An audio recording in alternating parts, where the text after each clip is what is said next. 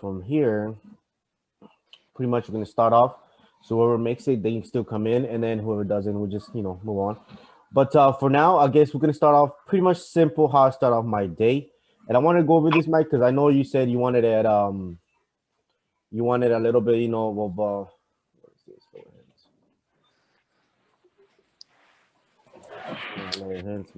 I'm looking for a better plan for longer holds, I guess. Right. Hey, brother. Hey, you can speak if you want. Slaw. I don't know what his name is. I think that's my one. That's my one friend. What it's called? What is his name? SME Pat. I think. Yep. You can speak if you want to, and then we'll be able to move forward. Okay, so we're gonna. I guess we're gonna start off.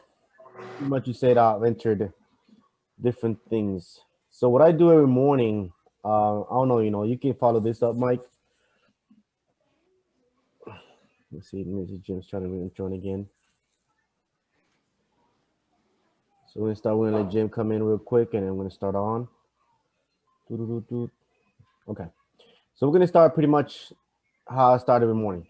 Like I said, I come into my pre-market every morning, and I look into my United States, which is I use Webull only, nothing else. And then I come, top gainer, and while I go into view all, so what I do is throughout with my phone. Go ahead. Someone asking me a question. Okay, no question. Okay, so pretty much what I do is I look at tickers that my phone helps me scroll side to side. So I can go into click, I can click a ticker like this, and it'll take me to this main screen. What I have with the ability with my phone do is I can scroll side to side, and it gives me this pretty much this whole view in my phone that I get it where I can decide who to keep and who to skip. So okay, so whenever I see someone that's nice that I like, I come and I add it into the pre-market. And and I move on, and then I scroll into my next one. Oh, I think you can do it here. Yep, there it goes. You see what I mean? You can just scroll like this. Oh, there it goes. You can do it in here too. That's awesome. All right, let me see. I got 2 other people coming in. Okay, hey, okay, hey, brothers. Y'all can speak if you want. Don't be shy. This is us. This is kind of like interaction. We can speak with each other and share, ideas and plans. But this is something, that I wanted to. Yeah. So for right I don't now, interrupt you. You mentioned you will add them based on the gainer, right? What criteria do you look at? Because in the pre-market there could be hundreds of stocks that are going out, or even like 20 or so. How do you decide? Do you add all of them, or you have certain criteria that you look for, like the momentum and the volume? Okay, yeah, that's a good question. Now, what I do is pretty much what Top Gainer does, and pretty much this pre-market here. What the pre-market does is it gives you the toppest ones that has the most volume and action. And then this happens every day. So what it does is the top ones are usually the ones that are moving. And I'm gonna show you, this is the first one that's showing me the results. As you can see here, if I go to pre-market, I'm gonna go into 3 minutes, and you're going to see that a pre-market is before the BWAP. There was a lot of action before pre-market. This is pre-market. And if I scroll to the next one, you're going to notice that there's the same thing on this one. You can see there was a lot of pre-market action, and this was the one that was even posted in the chat. Okay, we got another person coming in. This was posted in the chat, and this was kind of I like posting sometimes screenshots of tickers what they're doing through our pre-market. So what you want to do is see that it has action, and especially if it has a after our action previous day. Because if the previous day volume is strong throughout after hours, it's going to be strong pre-market, that there is a good chance that can continue based on higher time frames. So what I'm saying is, as you saw, there's the second one, and if I keep scrolling, we're going to go to 3 minutes here. Even this one had action in pre-market. There was no action after hour other than this pop, but in pre-market, there was a lot of action. So this would have given me an idea that to put it in the pre-market, because what I do is I add the action of pre-market and I edit that action at market opens. So if it does this and it flushes, I just take it away. It doesn't make no sense to keep it, because I was going to do is this be stuck. But sometimes, you know, you can always go back, but there's no point. Like I said, you want to keep the ones that are really strong. Okay. This has had a pretty good range too. Oh, now $2. It went from 259, and that was just on BWAP test. That's pretty good range. So this is just action. So if I say, you know, this is pretty much, and I'm going to my third one. If I keep scrolling, it's always going to give me the top ones with the top movements at first. So you're going to start pretty much with the top percentage. So what pre-market is going to do is like almost like top gainers. It's not really 100. It's just giving you like the top is one that is the strongest one now at pre-market for that day. So, you know, you're not really looking throughout thousands. You're just pretty much looking right now where the main attention is at. So you're just going to, you know, add what you like and add what you don't like. So how are you going to be able to identify what you like and what you don't? Pretty much this is the first one, like I said. And if you have action, you're just going to add it. Just add it. Don't, you know, don't even try to see if it's good or not. If you see good action, keep it, because eventually the percentage when you're watching, when you have your watch list full, is going to have a percentage that is going to move back and forth. So if you have a ticker that just pops up 10%, you're going to be like, okay, let me see what this ticker is doing. And you move into it and you could look, it made a higher high of this pop. So you know, you're going to have that idea that is going to catch your interest and your attention into action of that pre-market, or probably an action in market open. So pretty much like I said, I come in the morning and I go into pre-market, because pre-market is one, I mean the day, it's another. As you can see, it switches up. But so yeah, I come here, like I said, and I come the first one, second, third, and so on and so on. I keep going. Where do I stop, or how do I stop? And this happens every single day for the whole year that I've been doing the chatting. I have never really changed this pattern, same pattern every day that I do. And as you can see here, you start from 118%, and it keeps going down and down and down until you pretty much get into the 8%. Once you get into the 8%, you're going to notice that most tickers are pretty dead in the pre-market. They're not doing no action because it's just, you know, 8%. You can see here, even this one had action, but look at the pre-market action. Whole uptrend from $13 to 14. So this would have been a ticker that you could, you know, keep at, or, you know, avoid. That would have been up to you. So if I go, you know, go to the side, you're going to notice that there was even action, rarely any action here. So this would not have attract you, but this would have, at the, you know, finding out. But that's what I'm saying. You have to keep on track what's moving, when that's moving, you know, get the attention, especially in pre-market. So this is just Friday. There was, you know, like there's days that, I'm not gonna lie to you, there's days that is full here. As you can see, there's enough, about 15 tickers here that move throughout pre-market. But there are days that you're going to only have 10 tickers. There are other days that you're going to have 8 tickers. But because the market has been so strong lately, you have a lot of tickers that are moving throughout pre-market. So, you know, you don't have to, as you can see my list, whatever list that I post every single day, that's the toppest. And the smallest one is, you know, which is like 7, 8 that I post. But by the time you pretty much stop adding, it's going to be around the 8%, 7%, and sometimes you're going to come down all the way to see this one. This one was pretty much, this is what I mean. This is, where did it go? Pre-market. You can see that pre-market, I think it did like an 8% movement. Yeah, 8% pop. Because even this one, you see how it didn't really do much. This was not how it wouldn't have attracted you to add. There's no action here, so you skip, and you go into the next one. Let's go. You see how this one, there's no pre-market. You see this buy that was just a random buy, and that would have given you an 8% pop, but it's nothing. So you would have avoided this one. You don't add that. You move into the next one, and even the same. You can see this one. It shows this little 1 buy, 2 buys, but just the 1 buy, 2 buys would have given you an 8%.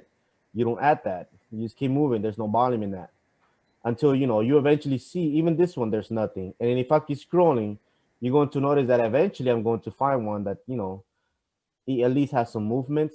But even this would have not attracted you to keep. What would have attracted you, at least if I keep going down up here into the 12%, you're gonna have, you see even this one, there's nothing here.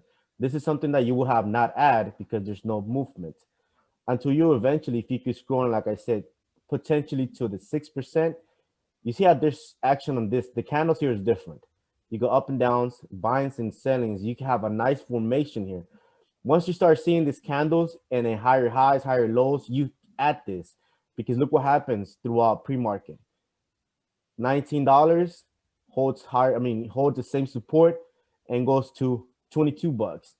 That's just throughout pre-market only. And at pre-market, you can see it dips all the way to 17, and it creates, that would have not attractive if you're not going short wise. But like I said, pre-market would have, by market open, I would have taken this one out because he dumped. And then because he dumped, I would have been like, okay, I'll move into the ones that are pushing up, not the ones dumping, because that's not my interest. But other than that, if you see action here pre-market, you add it into your list. So now, as you can see, my list comes down to being from 10 to 13, 14, sometimes as low as 7 tickers. But my max is usually 15 tickers in the watch list post. So now what I do is, after I'm done, I go back. And then once I see that, okay, I already added enough and I don't see no one really moving, no one's interested in me, it comes down to pretty much what I have, what I'm watching now. So I take off, like I said, I have my pre-market watch list now, and that's what I'm watching. I have this, and then I can kind of do, I'm gonna show you what I can do here. I can pretty much do this. Let me move it back. Okay. I'll go ticker. I do this. No, this other one. Okay, let me click it here. Because I can kind of push it how it's long. Okay, there it goes. And then I'm going to go back. And then I'm going to go back again. And you're going to see. Where did you find this? I have a full watch list to watch now. It's stretched down all the way down that I can watch the whole screen.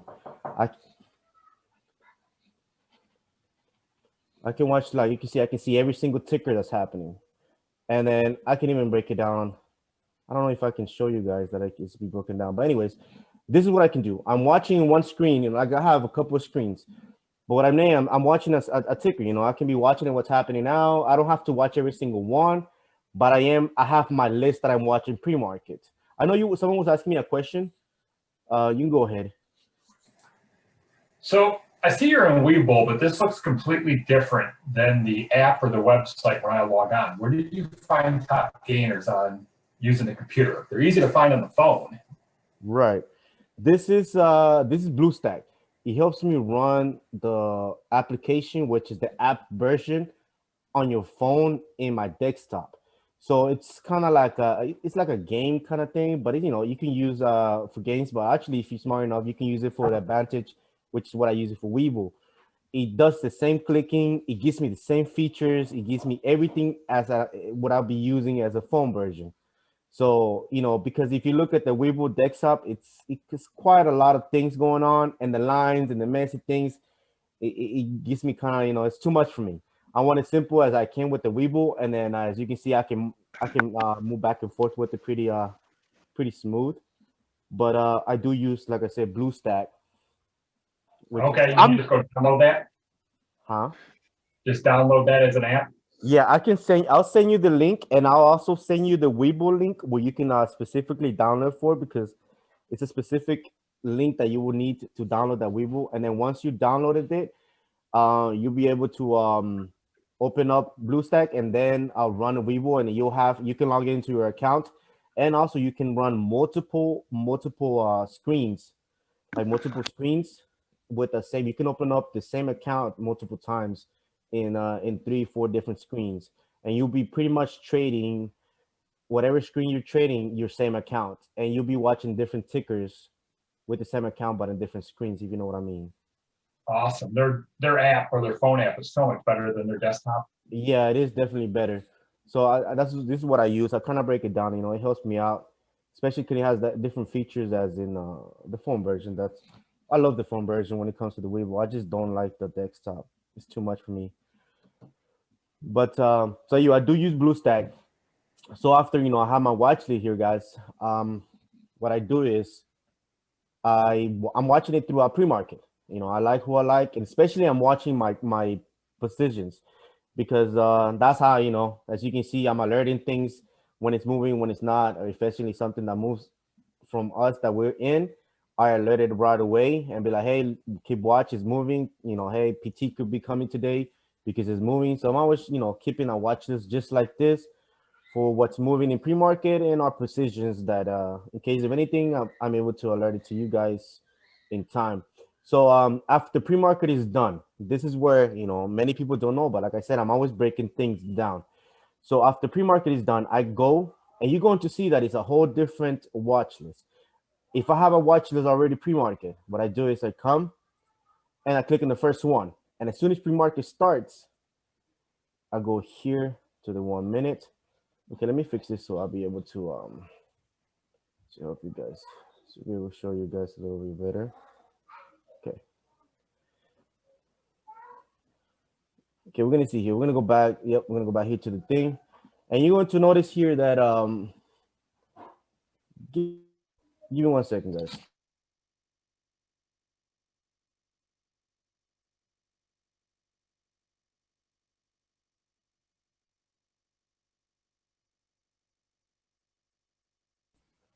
Okay, so pretty much what I do is, you know, I come into pre-market, pre-market going to a mo.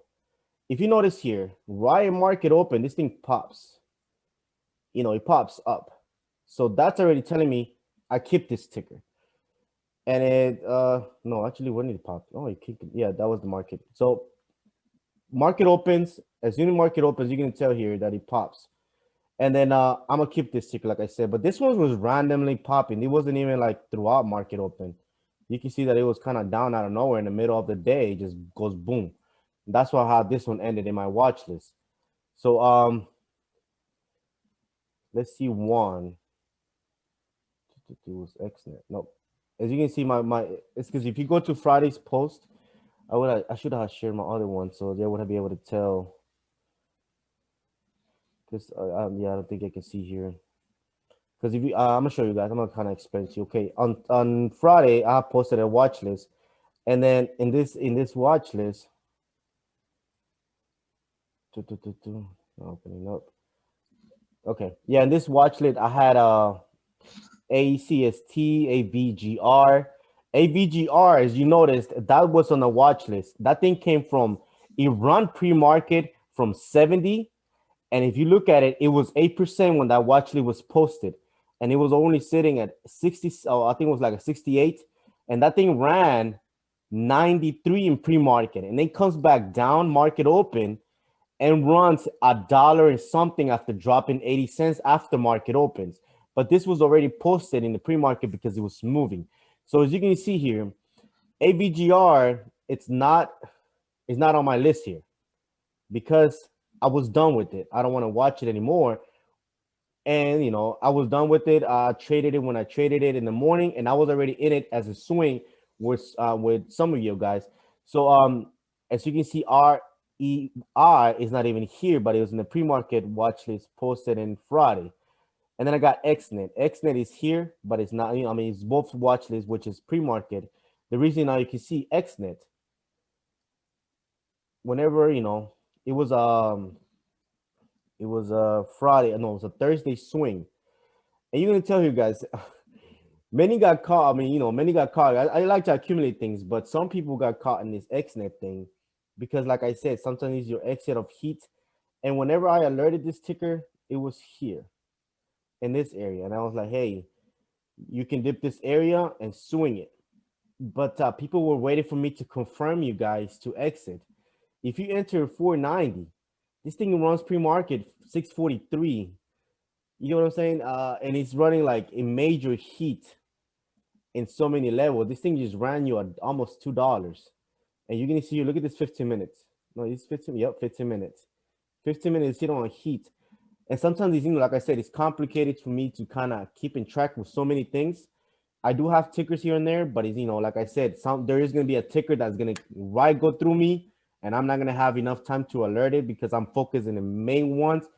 And XNet was one, but I was hoping at least it would continue and hold a reset. But this thing took quite a hit that I was not expecting. And at least because it was sitting at least in oversold. You can see here, look, it was sitting on oversold already. And this whole time, it just out of nowhere, just the oversold continues. this is how you pretty much, you know, you can end up getting faked out, but not because the 15 minutes would have tricked you. It's because, you know, you can end up accepting that a lower time frame, as you can tell here. Whenever you first dropped and then he dropped again, he had enough room, because if you keep going higher and higher in the time frames, you're going to tell that it matches. Come on. Okay, it's not loading. Yep.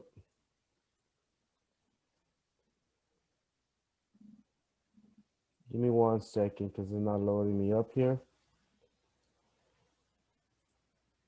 Okay. Really just checked my internet connection. I live in the middle of the country and everything's cellular internet here. I'm used to it dropping out. Okay, so y'all can see it now, right? Yeah. Yes. Okay. Yeah, it was working now. Okay. So you're going to tell here, like, you see how whenever this thing has so much, this is what I mean. It was sitting in so much heat. And sometimes, like I said, this thing ran a higher high, it ran heat and everything. Just always accept that you're going to eventually get caught if you don't decide to, you know, to exit and all that on your own. Because even, you know, sometimes, you know, I'm already in profit. So because this thing already was alerted first. And as you remember, I alerted this thing in this area, which ran us $5, the first alert, which was XNet. It was a 450 into 5 something. And that was my first trade. And that was the first alert that I posted. That thing ran us the 5 something. It came back down and it ran us 498 into 6. That's 2 trades over $1 and something each. So that would have, you know, it's about $1.50 in the trade of 2 trades. So that would have given you enough to be able to take this hit and still be in profit if you would have followed the way I kind of, you know, broke it down, because I was trying to kind of follow this weekly. And this is why we're still in it. Look at the volatility here that he has. I mean, weekly just starting to zigzag. As you notice here, look, you have up and down, you have the selling here going on for 2 weeks. And out of nowhere, it keeps popping higher highs. And out of nowhere, you know, the heat, the final heat, it kind of runs up the 530. And then this one, you know, there's still volume room here because you can tell that XNet went up to $5 and then it came back down to 480. But guess who's still bullish? The weekly is. So this can end up, you know, running up even this $7-8 eventually down the road. And that's, you know, down the road, depending on the zigzag, meaning that it's going to take at least 1 week or 2 weeks to consolidate and probably pop another, or even pop it in the next week into 5 again, or even during Monday due to the heat that it took. That now you can see here that 1 hour, it's sitting quite oversold. Let's kind of zoom out. Yep, it's sitting on the oversold. And there's buyers already coming in. So it can take about a day or two to consolidate, probably build up, or, you know, reverse completely, which will be Monday, depending on the market as well. Because, you know, the market, if it takes a hit, that's whenever I guess if it do the capital hit, it took a hit there. So that's one thing. So we're gonna kind of break it down again. So like I said, we go to market open, and I break down who's flushing and who's not flushing. So you're going to tell that my watch list to what I have now is totally different, because at the end of the day, who were really moving, and you're going to tell is was ACST. That was moving Friday. ZOME was moving Friday. ZNet was moving Friday. MATA was moving Friday. ONTX, you know, it popped into the 66, then it came back down. CNDL went into the 70s, then, you know, it came back down. And then so on and so on. CNW ran, dropped 780, goes back to 870, drops again to 790, I believe, and then runs 830 again. So that's, you know, this is the reason why I keep it, because I'm usually accumulating this little moves that it does of 30 cents, 40 cents, that eventually adds into $1 and so on by the end of the day. So, I mean, as you can see here, I was only focused on what's moving throughout the day, and that's why I keep it every single day. Now we're gonna go down why a tickle, how do we determine long-term holds? And this is something that you guys are here. How many of you guys have a 25,000 accounts over? I don't think that many of you guys do, right? Yeah. No, I don't. Okay, so this is kind of like a tip that I want to give you guys that is going to help you guys grow a small account. And then it's going to pretty much not affect your PDT, but there is going to be days that you're not going to have a trade but you're still going to be sitting in a possibility to make money if you go back to a ticker that, okay, it didn't do nothing today because, you know, it's a longer term for me. But if you use your money when you have a trade, let's go back again a little bit because I don't want to confuse everyone. Okay, so we're going to start out with a smart account. This is what I kind of do whenever, you know, or what I did, or what I suggest you guys to do when you have a small account. For example, and this goes to margin accounts as well, not cash accounts. It will not work in cash accounts because if you sell something for a loss or you sell something for a win, you're not going to be able to use your money to make some more money on a swing. You're gonna have to either wait on that thing because the swing is a next day swing, not a 2-3 day settlement swing. And because, you know, based on the hold. So what we pretty much, you know, what I want to kind of break it down to you guys is you start off market open, right? You wait until it's moving. And as I was explaining you guys this whole pre-market and market open action of what I keep and what I move in the ticker, it comes down to this. And as you can see, this one was adding later. CNX was, you know, was a alert. ACST was it was already an alert, but also was reminded. It was reminded pre-market. I mean, at market open that it was a mover that it was going to move that day, and that day went from 53 to 60 cents. So that would have still been a nice ticker for you to focus on. DOME was another ticker that I alerted that I was focused on for a runner. That thing went from 45, dancing 46, 45, 46 to running 49, almost 50, I mean, to the 50 area by EOD. So that still would have been a nice ticker for you to focus and make some money. Now, how will you be able to, you know, control a small account? And I'm not saying that you're supposed to go all in, and you're not supposed to go all in into a ticker, right? Obviously, you break it down to little factors, how much you know, you throw 8% here, 7% into what's moving, and grow whatever profit you go in. Because if you keep being consistently, that profit starts adding up. So what I want to kind of explain is how you will kind of break down a small account. You have 3 trades, and if you focus in swinging it's a lot of action, right? It's next day, buy today, next day, buy today, next day. So when it comes to when it comes to a small account, let's say you start one, you buy a ticker that is moving, and as you know, my alerts, they are alerts that are, it's focused in big moves, end of day moves, next day continuations. So if you attack in a ticker that runs throughout the day, becomes a continuation, and you know, and you enter at a market open, you enter at a nice position, and then this thing is dancing real nice throughout the day, and once you continue next day, you don't get to use that PDT trade at all. You're pretty much what you're doing is you're swinging, you know, that move into the next day, and you sell next day, and you still have 3 trades. So that's the kind of idea here, what you're trying to nail. You're trying to kind of hit those big home runs, but also avoid, in case you're trying to hit a big home run. And I want you to kind of, you know, pay attention to this. Whenever you hit a big home run, there's going to be a time that is not going to go your way, but that's all based in momentum. That's something that I'm gonna break down here in a few, that is going to help you guys how can you determine if you should keep it or you should let it go. And that's going to be a higher time frame, because the higher time frame it is, the longer hold is going to be for you to waste, you know. So you don't have to waste your time waiting if it's not going to give you anything. So what I want you to do is, if you want to hit this this big home runs, home runs, sorry, you focus on what's running. So ACST, you know, for example, it started running, market opens.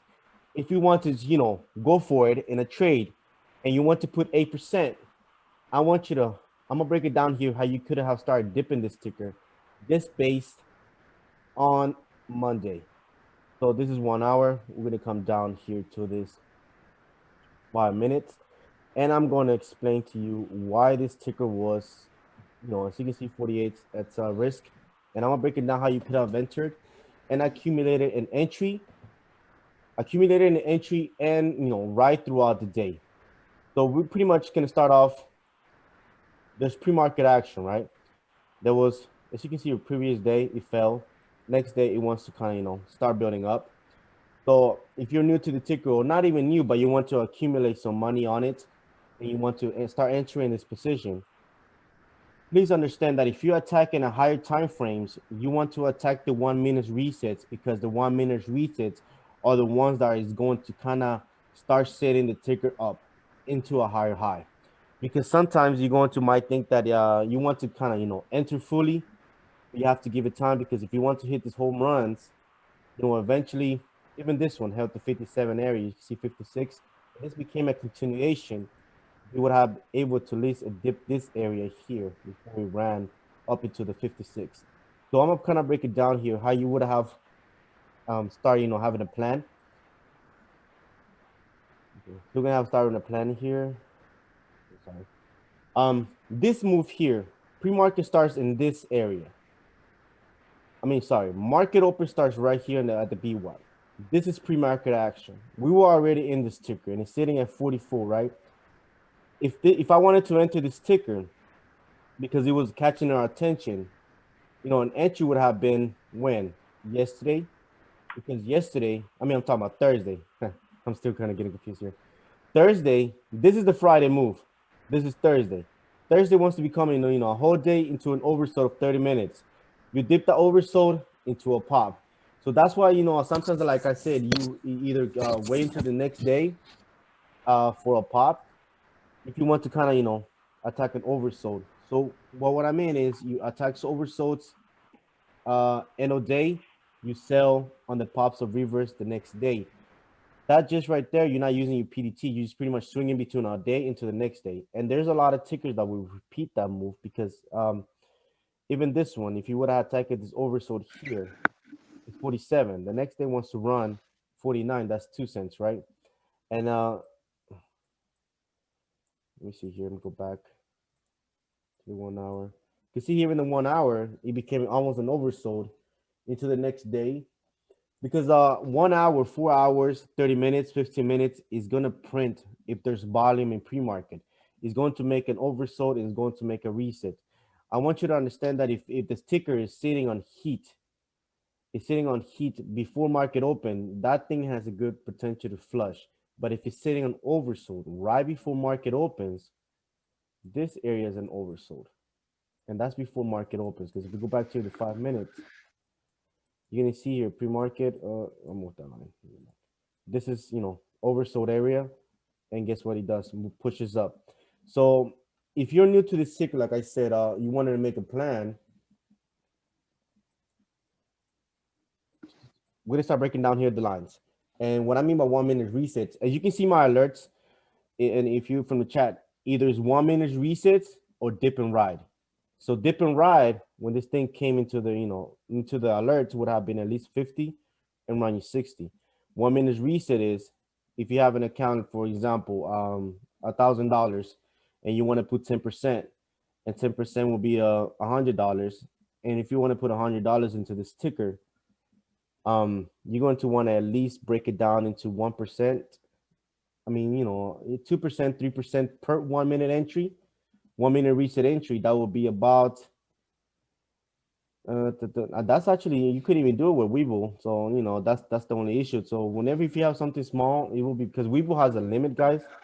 It has a limit that you have to buy 100 per, that's just an example. If you have 1,000, right? So if you're only trying to use 1,000, if you have $1,000 account, but you're trying to use just $100 to enter, even then, if you have $100, you could just attack it with 2 times a 1 minute reset. So what I mean is, you got one here, and this is one. You got another one here, and I'm gonna break it down why this ones are important. And you have this one here. So you got 1, 2, 3 chances of entering, and this is the only times that this is the shortest time frame that you're going to get the fastest dip and the fastest exit.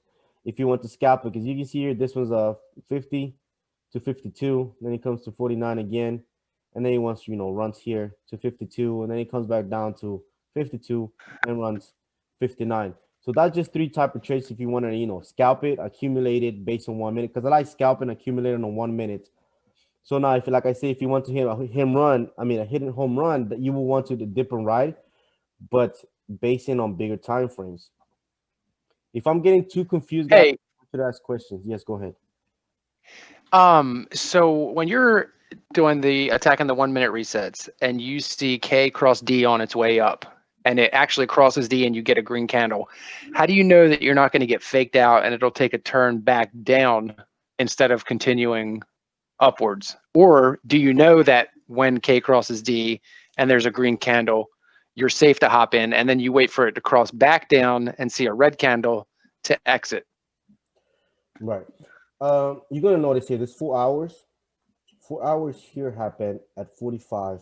And when it crossed, this became bullish. So whatever 1 minute was doing, meaning that it was doing up and down, and as long as 4 hours stayed bullish, those 1 minute reset was just eventually going to start setting up into a higher high because 4 hours was bullish. So what I'm saying is you have to look into higher time frames to know that you're attacking the right 1 minute. Because if you're going to attack the 1 minute with this downtrend, you're going to get faked out. You know, you're going to potentially have a setup for more down. As you can see, it just keeps going down and then down and so on.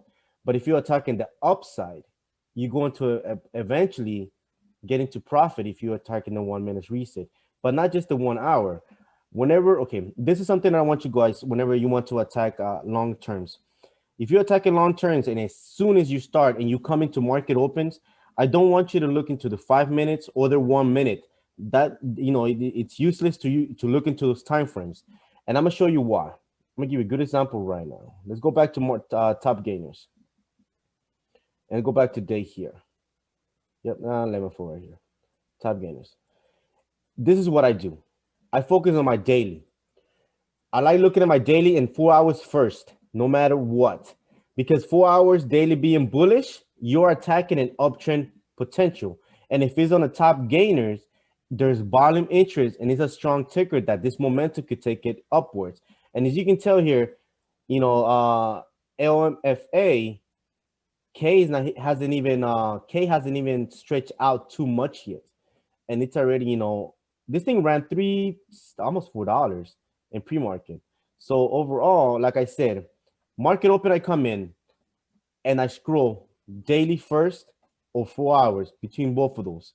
I don't do 5 minutes or 1 minute. So what I do is, I'm gonna show you guys what I scroll here. If I'm scrolling this ticker and I find that this thing's coming up from 90 cents, as you're going to tell here, this is today only, this huge candle here. And this was the action of today only. Because market open, what does is it makes a new candle. Market open opens up, it makes a new candle, and it closes next day market opens. And next day market opens creates the new candle. And this is why sometimes you're going to get this little let me see if I can zoom in here. This is why sometimes you're going to get these little dips. Zoom out, okay. You see this dips, this dips here. All these wicks are going to be midday or market open dips, and this is every day. You're going to see here that it dipped into the 59, and then it recovered back up, and it closed around the same level, and it did, you know, another one dip of 62, and it went back up, and then so on and so on. Even this one, it came and dipped 62 for it to close at the end of day into 79. I mean to 79. So what I like, you know, what I want you guys show you guys here is how you're looking at things. Whenever you pretty much come into market open, I want you to look at your watch list. And this is what I do with Webull. I don't use it with Toss or Robinhood or none of that. I come in, you know, I look at my daily. And if I see a bullish Fetzel, I like that because I want to make sure that it's in my, you know, in my favor, that it's going to go up and it has a bullish uptrend Fetzel. And once I see a bullish daily, I do a little deeper investigate. I look at the weekly. You see weekly, bullish weekly. And if I have to go deeper, I go deeper. You can see monthly bullish into an uptrend. And even, I go into the 4 hours. You're going to notice here, 4 hours was just this bit. But once it crossed up, it's bullish. But because daily is bullish, weekly is bullish, it's going to give me the idea that throughout the day, this thing can really keep pushing for the day into end of day and so on, which you can see around 395. So now let's go back into daily here. And I'm going to keep scrolling side to side. This is one. Let's keep going to the next one. Oh, we'll have to go to this one here. Yep, right here. Let's go into the next one. There goes daily. The same scenario. You see daily here, bullish. And this is a smoother one than the LMFA, the one that I just showed you. You see how I was telling you it dipped down and it just created this uptrend already, that it was coming into uptrend. So if this thing was already coming into uptrend, that the candle come down, you know, and you have a bullish daily, I want to make sure that this ticker, I mean, this ticker has the potential to be a full runner for the day. And then you go into the weekly. You know, like I said, yep, there goes weekly. Same little pictures. You can see weekly goes up again. You know, almost $13, but the weekly is bullish, uptrend, strong momentum. And if I keep going deeper, you know, it's gonna be like pretty much same. Look at even this monthly is bullish. That's already telling me that it's an uptrend momentum in so much bigger time frames that I'm not even worried that if it you know, if it goes back down a little bit, but I'm gonna catch opportunities. But also it's showing that it could end up being a full runner for the day. So if you go into daily, this is what I mean. You see this stretch here. This stretch is because where price is at. K follows price. K is the orange line. D is this, you know, it's like an SMA of 3. I think it's 3 SMA, which is it's like a support for me and resistance, because it's going to use it as resistance and it's going to use it as support. So it's kind of like a BWAP in the FEDSO, and price is the K. So when K stretches up like that, that is price stretched up. But this is the key. Price was not stretched up before it did the squeeze. If it was sitting here, it's sitting, I'm gonna put a line here. I'm gonna move this line right here before a higher high. And I'm gonna make a new line. ETC just popped. Huh? ETC just popped. Oh, let it pop. Let's check it out. Let's see what ETC is doing. Did it pop past 8? Oh yeah, 850. 850. Oh God, trading what's that on up? Webull? Let's go. See, I was telling you guys, this thing is not even joking. It's gonna start following. Where's BTC? BTC hasn't even moved, and ETC is moving. This is what I mean. This thing has interest now. It's gonna keep popping. Just wait until it starts going into $10. That's gonna be some crazy good money. But okay, so let's go back here. I was breaking down into top gainers. So pretty much like I said, if you want to attack full, if you want to grow your small account, I want you to make sure you focus into the daily bullish, weekly bullish, 4 hours bullish, because those become swings. If you have a daily bullish, it's going to be an uptrend of up and down, but eventually it's going to do those pops. What it did with those. So what I'm saying is, if you want to grow your account, you don't focus what's happening in 1 minute, 5 minutes. Don't focus what's happening in that day. But if it is, I mean, yeah, you can focus what's happening in that day if you have a bullish daily, because you can see here, look at this one was already setting up slowly, but it was setting up. So what if you would have caught this setup right? Look at this daily bullish right now. This was right here barely, you know, it was sitting at 560. And if you know, you're like, okay, look, daily's bullish. Let me add this, let me get in this ticker today and see where it takes me. And my risk gonna be 495. And yeah, this thing would have taken you, you know, pretty strong. So we're just gonna keep scrolling. This is another one, and let's go into the next one. You see the difference here? This one's a different kind of formation in the FEDSO, but it's bullish. You're going to have those ones that have a smooth FEDSO uptrend. You're going to have ones that are messy uptrend FEDSO. You're going to have those ones that it zigzagging up, you know, uptrend FEDSO. But eventually, it's still going to be bullish for you, because as you're going to tell here, this goes up, price goes up, then comes back down, and then guess what? Price goes up again into a higher high. You see what happened here? This action here, look at this bullish daily. This was what have been if you entered, I mean, your entry here before this big move. This would have, you know, become your profit take. It had an intention of a higher high, as you can tell here before the pop. And this pop, you're already late. But what I'm saying is, if you had this build up, this small account, this is a 1, 2, 3, 4, 5, 6, 7 days of trading, of waiting, yes. But like I said, you're not trying to fight to make your account constantly. You're just being patient to make sure that you're attacking the right things longer term to make money. Because if you're attacking every single day, you're going to panic that it's dropping today. And or you're going to panic that it dropped so much today, or you're going, you know, or you're probably going to be like, why is it not moving? I want it to move some more. But you know, sometimes you have to be able to look into bigger time frames. Like I said, focus into your daily, weekly, and full hours if you want to grow your smart accounts, because eventually this is how you're going to grow it without you fighting trying to be green. Even this one, you're going to tell her, look, this full daily reset, it goes into 430, comes back down. Look at this higher low. This thing didn't even come down anywhere near to the previous high. It held this whole game. This is a strong ticket that went from 480 into a full daily reset, and he popped out of nowhere. So this is late, but it still has potential. If you look at daily, it's still showing that it has potential. But let's look at deeper real quick, see if it does. Oh, yep, it does have potential. Look at this weekly. It didn't even budge whatsoever, and it did so much price action. So if we go, if we go deep on here, you're gonna tell that you can end up, oh my God, this thing has a gap fill. Woo, and it's coming back strong, guys. This, look, is before the higher high. This is a long-term ticker. Let's look at monthly. Oh God, like monthly. Yeah. You see, this is where I'm trying to say. Monthly, you don't have to fight every single ticker, but you can actually find good opportunities to dip this. This thing is in an uptrend to want to, and this monthly is not playing. This thing really wants at least to run 10, 11, 12 in the next month or 2 months, because you can show 1 month. This is 1 month, the next month, next month. So in 3 months, you have ran from 316 to $7. So in about a month or 2 months, it's gonna struggle this area for a month, about 2 weeks probably, and then run another higher high into 14 in the next month.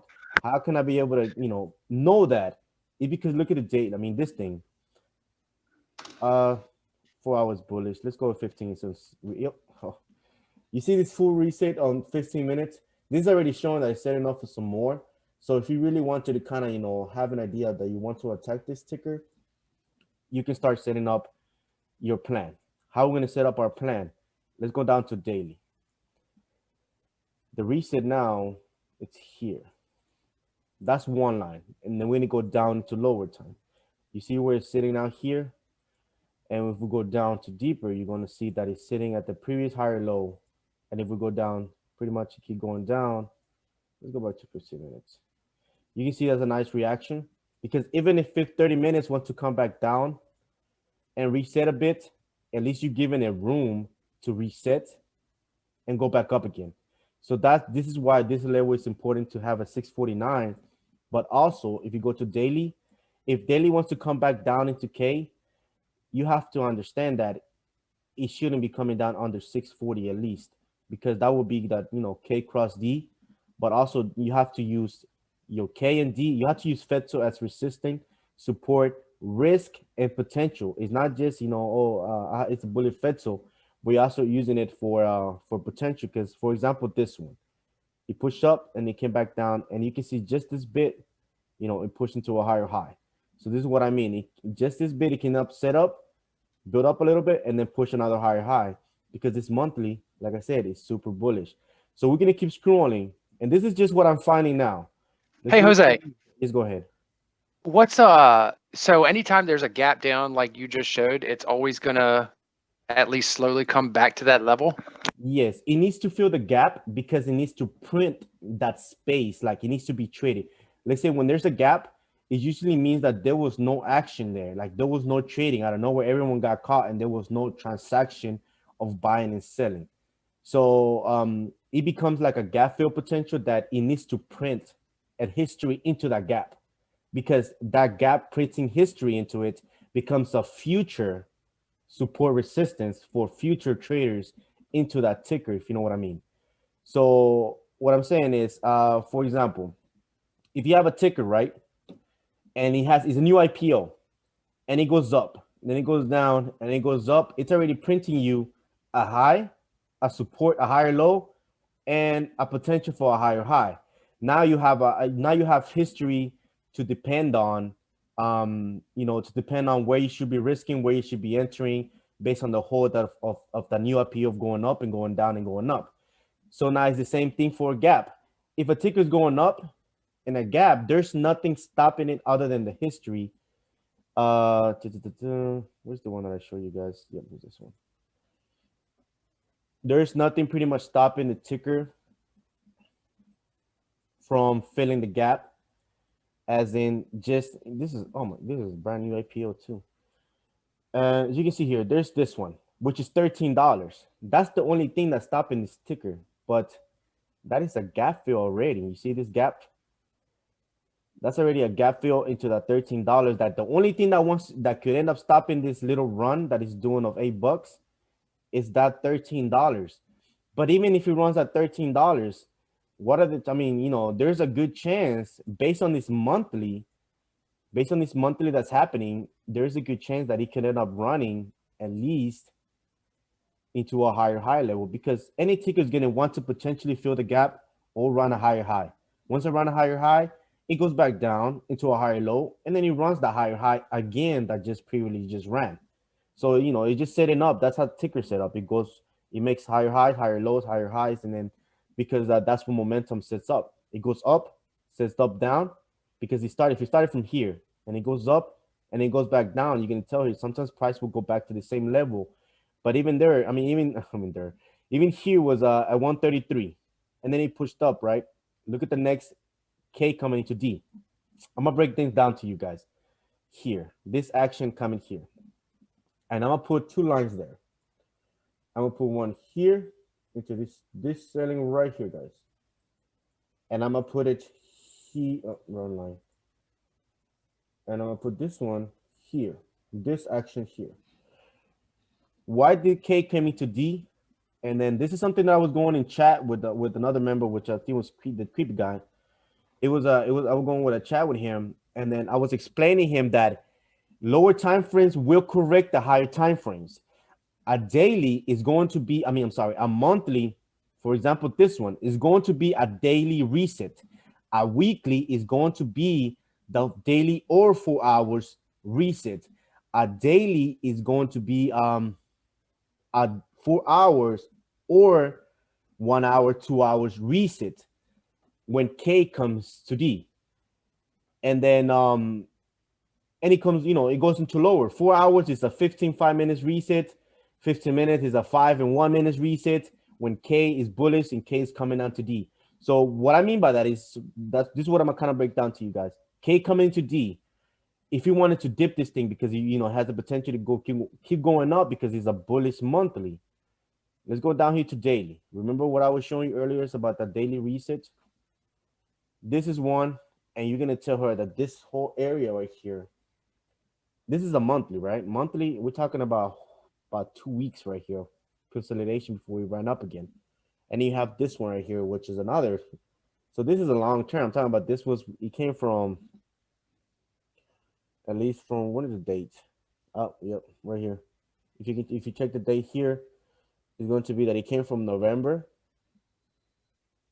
Yep, November, August, and so on. November, December. And it's about a 2 months hold. 2 months hold, because like I said, it's a monthly potential. 2 months hold to get you a new high.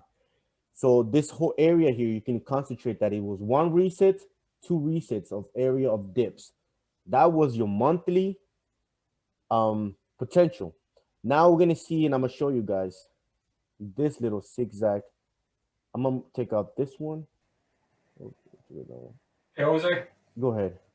When you say 4-hour reset, what are you looking for? K and D to bottom out? I mean, what exactly is a 4-hour reset? A 4 hours reset is pretty much when it resets fully into down, but a daily it's okay. Let me show you something here. I'm gonna show you kind of a good explanation on the ACST. This is something that we're going over. Let's see. Okay, so this is a good example here. You can see a weekly. This whole setup here. I'm gonna kind of take this lines. Remember how I was kind of mentioning earlier that when monthly K is bullish uptrending, right, which is K into D and it's zigzagging its way up. That is showing you that zigzagging its way up. That's K going up, coming down, going up, coming down. That K going up, that's 4 hours running heat. That K coming down into D, that's 4 hours resetting. So what I'm saying is bigger time frames uptrendings is going to be lower time frames running heat, resetting, and running heat. But I'm gonna explain to you what resetting is. So for example, this is weekly. You see this one line that I'm messing with right here? This 1 week was a whole selling. And if I put it here, right here, K into D, and out of nowhere, it pops. We're gonna go into the 4 hours. You see what 4 hours, you know, sometimes your little line is going to move when you move up time frames, because if I still put it here, you're going to notice that weekly is still sitting in that same line right there. So 4 hours, it resets. 4 hours resetting, meaning that K, like I said, weekly K going up in the bullish turns needs to be kind of matching. Like they need to match that same pattern that 4 hours reset, but that will mean that K should be sitting on D. If K is sitting on D and 4 hours has reset it fully, action like this, that is the good chance that 4 hours should react and run a heat of price. But that is because weekly K came into D and he had a reaction of a higher high and pop. So what I'm saying is, let's go to daily now again. You're going to tell here, look at this K going up and coming into D. This is the selling point of these two candles here. And then I'm gonna leave it like right here, and I'm going to show you, and I'm going to a lower time frame. That is the same thing you're gonna notice here. 4 hours coming into a full reset, and that is daily K coming into D and goes back up again. And guess who does a midway recovery? 4 hours does. This is a little midway recovery, because sometimes, you know, you can have different kind of patterns. This one makes it difficult to many members or to many traders, because there's so many patterns to kind of start, you know, focusing or understanding. There's times that 4 hours is not going to come all the way down. It's going to recover midway. But that's because, you know, daily, K is sitting on D. So if K is sitting on D, that could end up being your potential to dip, to have a reaction into going up. But you dip in this, you're going to be looking at a lower time frame to dip. And now if you look at this 4 hours, you're not looking just the 4 hours. You're going to even be looking into a lower time frame to dip. And you see this area, this is the area that this is one. And this is another one. So if you're dipping a weekly potential, you're going to be using 1 hour, 4 hours, 30 minutes resets to dip that weekly potential. So what I'm saying is the same thing for daily. If you are attacking a daily potential, you're going to be attacking the 30 minutes, 1 hour resets. So that daily should be pushing price up, and your resets where you're dipping should be running you profit, you know, when it corrects into an upside. Because sometimes you're gonna notice that this is a reset, this is not. I mean, this is kind of ominous. I mean, almost is. But even this, if you go, I'm gonna change this one a color into a yellow. So you're going to tell that this is not a, I mean, this is a reset, this is almost is, but if you go into a lower time frames, you're going to tell that this is a 15 minutes reset fully on the yellow. You're gonna notice here. That's a reset. And if I'm over here, there's another reset. Because like I said, sometimes the lines are moving. It's why you have to be able to tell and be watching different time frames. You can see, you see here, this is coming down, same thing, a dip, and it's not just this one. You have different time frames matching an oversold. You also got 30 minutes. You got one, you got two right here. 1, 2, and you got this one. And if you go into a lower one, you know, you got 1, 2, and you have this one. And if you go even to a, you know, into a lower one, same thing. You got 1, 2, and then you have the same thing, this one. So you pretty much have about 3 to 4 time frames that is oversold. And if you go to this one, you still have 4 hours that's almost sitting in oversold. So if you got 1 hour, 2 hours, because if you know, even 2 hours, I'm sure that it was giving you times. Yep, look at this beautiful set. You see this 4 hours full reset? So you got 1 hour, 2 hours, 30 minutes, 15 minutes, 10 minutes, 20 minutes. And if you go deep into the 5 minutes, you're also going to tell here that 5 minutes was sitting on oversold before pre-market. And there was so many oversolds throughout the day, previous day, that, you know, you got 5 minutes. So you have about 5 different time frames that are sitting and oversold. And that is kind of give you a strong combination that it should have a pretty strong bounce reaction base, you know, K coming into D, because if K coming into D, that's already telling you that 1 hour, 4 hours, 2 hours, and all those should be oversold. But now that if you see that K stretches off of D, this is saying that it's in heat. It's almost the same thing. Like if you go to 1 hours, you can see sitting on heat. If you go to 4 hours, you know, it's bullish, but it's not sitting on heat. So it's also showing that if it's not sitting on heat, it has potential for more on the 4 hours, on the daily, and so on. So let's go back to 30 minutes. Look at this 30 minute strong, almost a reset for potentially to keep going on. This is actually a bull flag, I believe, that is building. Yeah, it's a bull flag it's building. So this will be building a bull flag for pre-market. So that should be able to probably pop 62 pre-market or market open. And so overall, this ticker, this is what's bringing me my attention is the weekly. And not just the weekly. If you go deeper, you know, you got monthly sitting on an oversold that's barely taking action. That, you know, it's already showing that this thing has so much room. Look at the way monthly is building up. Every single month is making higher highs. And this thing has the potential of 95. And if this thing wants to run a higher high of 95, where is the next potential? To 112 and so on into 162.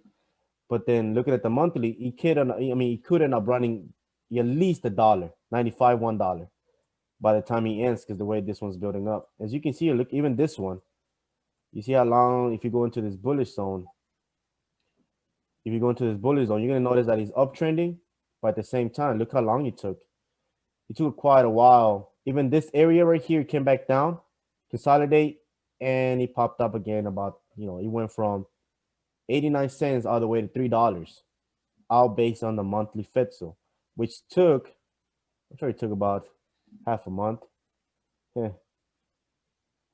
Yeah, it took a year. It took a whole year to do this. So you can tell that it takes a while sometimes when you're attacking monthlies.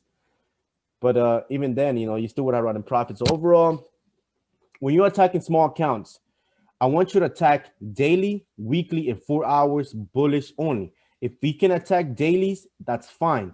Do not attack 15 minutes. Do not attack 30 minutes. You only attack the 30 and 15 minutes whenever you're attacking the daily bullish FETSO, because you're using that the 30 minutes, the 15 minutes, and 1 hour as dips. You're using the 4 hours resets as dips, and so on and so on, basing your trade in a potential on daily and weekly. And this is what I mean.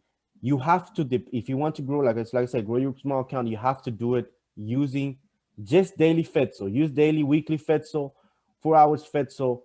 But also, you know, give it time, be patient, because sometimes this whole selling is going to make you worrisome a bit. But if the FETSO is bullish, you have to let it bullish.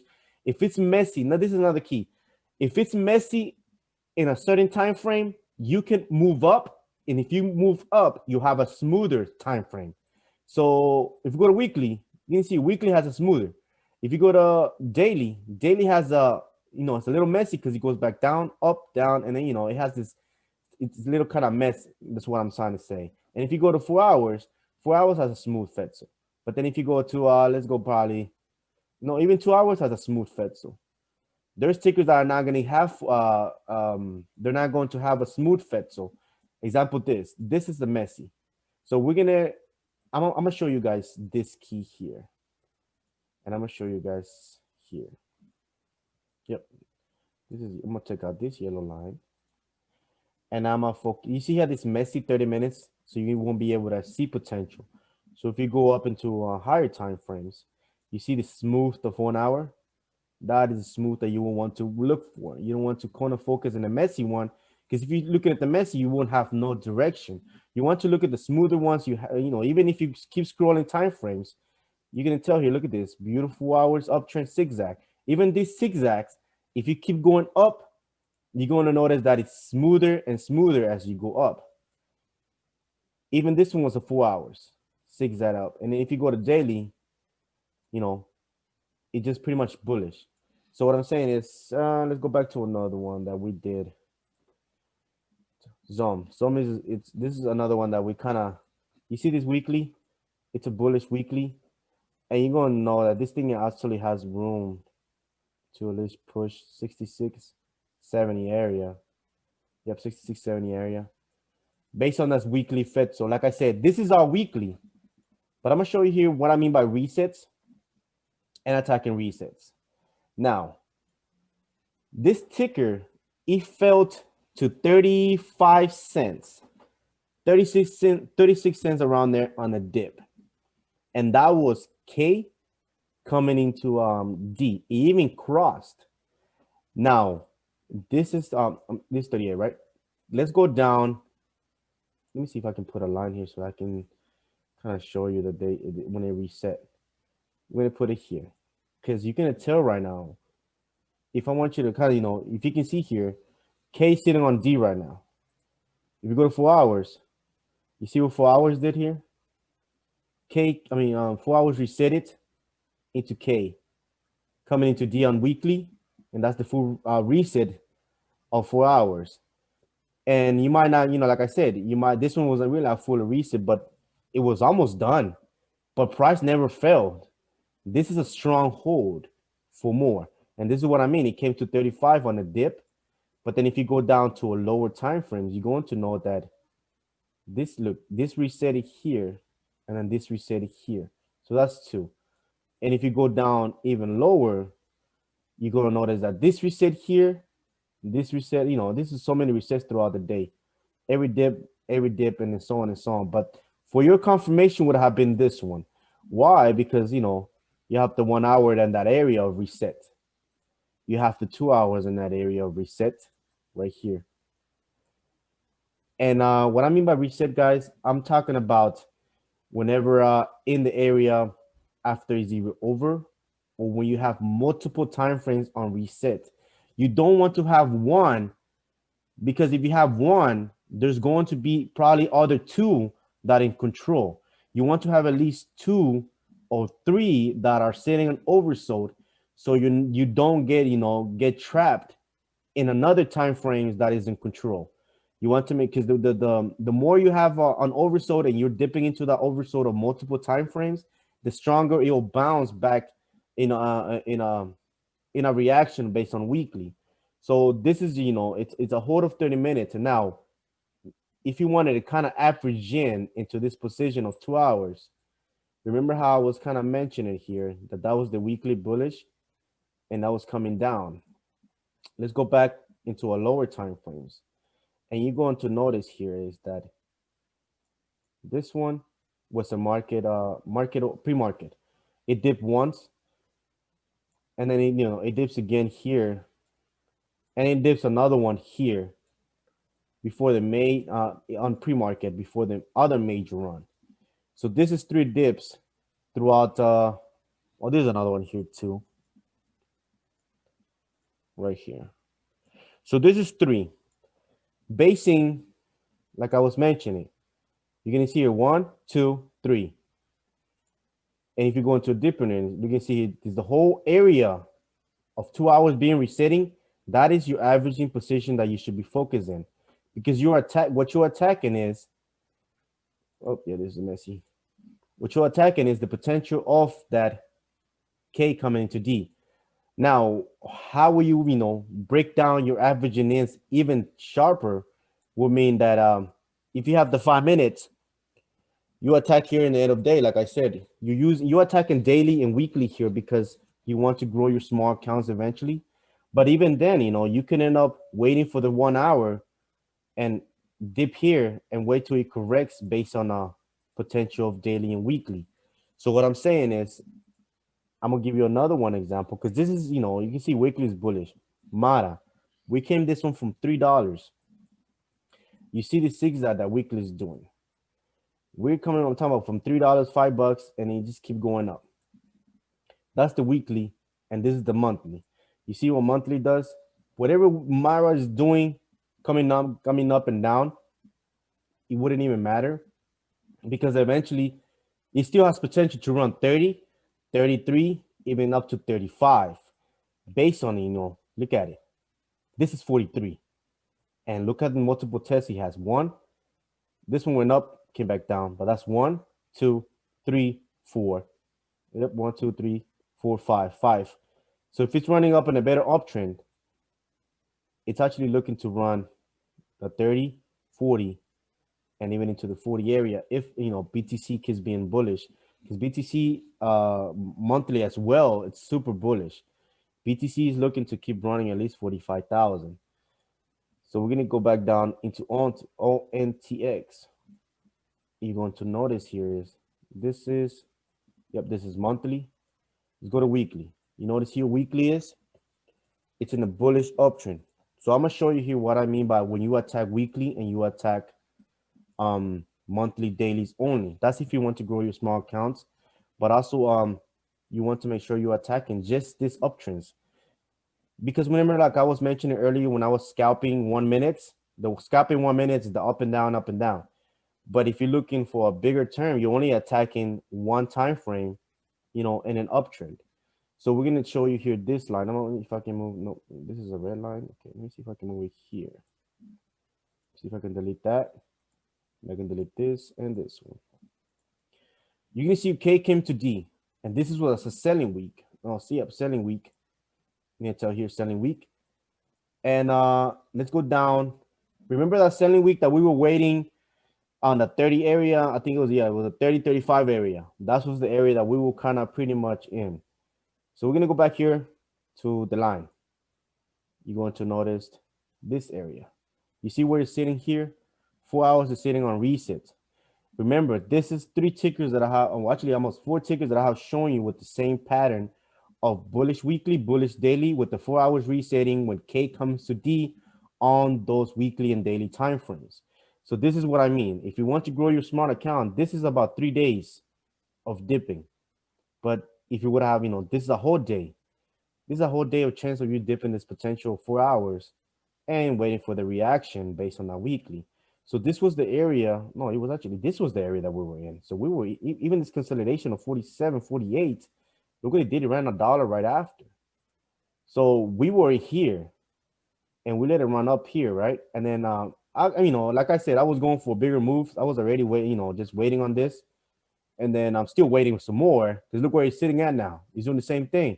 4 hours coming to a reset fully, and it's doing a higher low.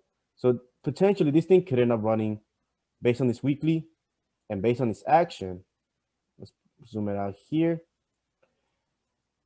It could end up, you know, we're not sitting on 72, 63. It could end up running at least $1.80 again, or even run this higher high of 180. And if we go deeper in monthly, you're gonna see monthly just started. You see this monthly? It's just started. What are the chances of this thing actually running into the heat of 49? So what are the chances here that it's setting up on the monthly now? As you can see here, setting up. So what if monthly kind of running that 151, you know, $2? This is a long, good long ticker then. It's, you know, ONTX, except that I'm noticing that this thing is releasing offerings. So be really careful with this, because it's doing offerings that I'm not liking, and that could end up really messing with the momentum. It's these little offerings that they're doing that is kind of not giving me a little tick off and stuff. They're trying to be like TTMP. TTMP just completely keeps dying because they just keep doing offerings and offerings, just being money hungry. So this is another one, right? And we're gonna keep breaking it down into a last one. SUNW. You're going to tell. I got so many supported resistance because I've been trading for so long and I have a lot of history in the stickers. So we're gonna go back to this one here. And you're going to tell you, look at this weekly. It's messy, but it's bullish. Look at all these. I'm about to show you guys these opportunities of entries in this ticker. And I'm going to show you how you could have entered, exit, enter, and exit repeatedly, but also you could have just entered and still waiting on to keep going. Because by the looks of it, this thing has crazy volatility. By the look, you know, it goes from 4 to 8, and it's probably going to set up again here in the 7 to run $12, $10. And now, I'm gonna clear this line for you guys so you can tell here. I don't want it to be too messy. So so I can kind of explain to you guys what I mean by resets. It's gonna take you a little minute. Okay, the more clear the better. So I can show you this little 6 stacks that weekly is doing.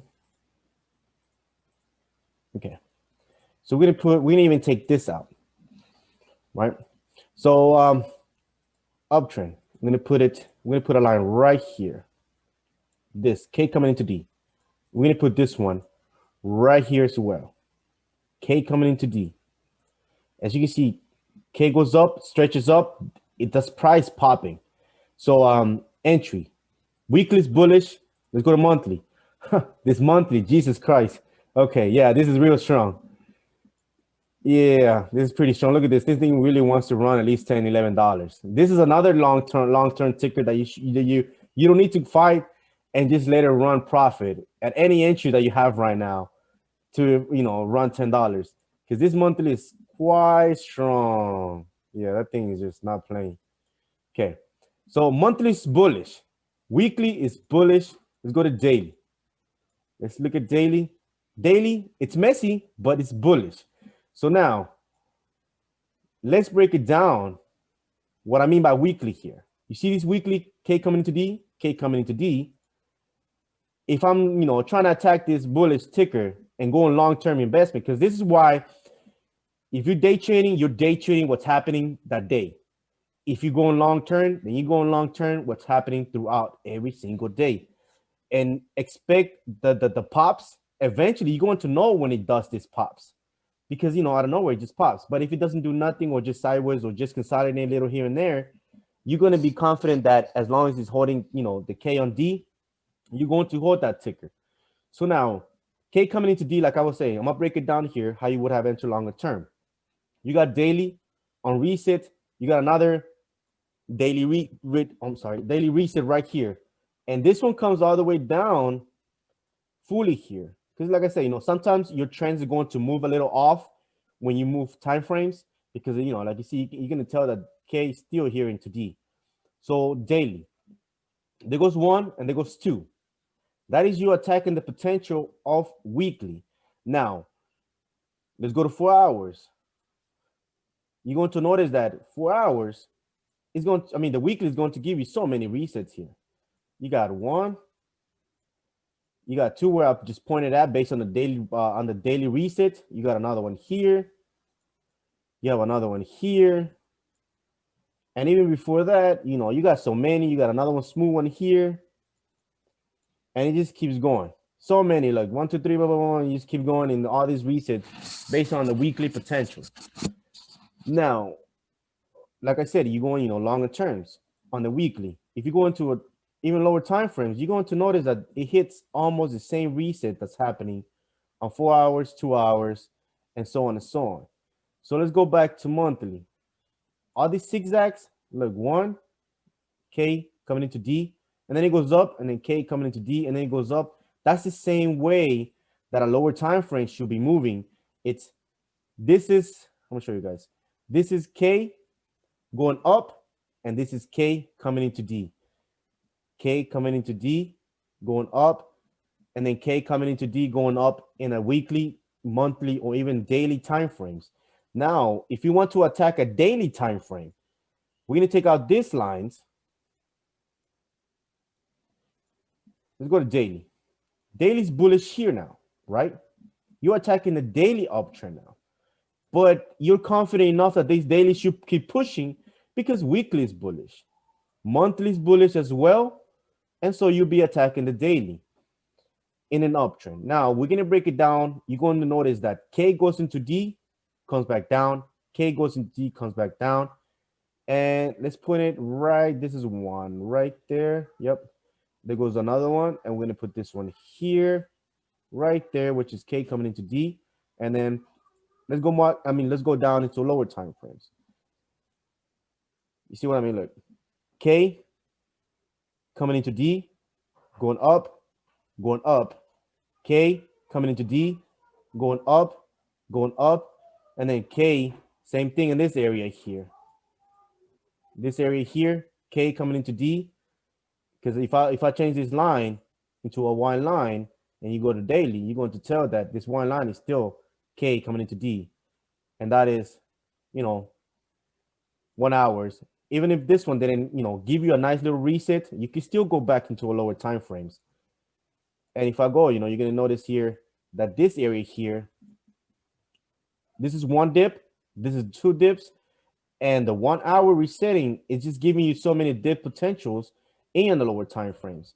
And this is another one, and this is another one. So if you're attacking them, for example, even the 2 hours, you're going to notice, you see this? Daily, K coming into D, going up, daily coming into D, going up, and the same thing, daily coming into D and then going up.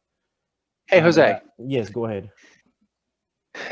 When you're attacking this and you're going in and out, like you mentioned the other day, you were in and out of ACST a few times during the day. Do you sell at the top of the heat as soon as it touches oversold, or do you wait until it crosses D and you see a red candle to sell? That is a good question. Yes, because if it's going green, green, and then red, green, and now it's sitting on heat. Yeah, let me break this down. Let me go back to ACT with you. Okay. Whenever it's sitting on heat and it's just doing green, green, green, and you start seeing red, red, weak, like a weak doji green, and then more red, and it's sitting on heat, that is pretty much sellers coming in, and it's just, release steam, meaning that it's going to switch side. And it's almost the same thing when it goes down and it's sitting on reset, and you have the doji greens, and you have green, green, red, and green, green, and then, buyers coming into the oversold. So we're going to pretty much, like, I was showing you, I'm going to explain to you here, scalping ACT. And this is just all based what's happening on the action of, let me go back here because I want to kind of zoom you out a little bit more. And another thing is that I'm noticing that, 1 minute, 2 minutes, and 3 minutes, if you're scalping, is also useful to use for dipping.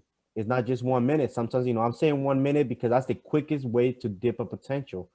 And but if you can use 2 minutes to kind of confirm your dip, 1 minute to 2 minutes, it's almost the same, except that 2 minutes could end up giving you a little more action than 1 minute can. But they're both almost the same thing. So now, let me take this line because I know. Okay, let's go back here to 1 minute. Okay, it starts off pre-market, and I'm seeing the action, what's happening now. I'm not going to attack this because you're going to tell 1 minute sitting on heat this whole time.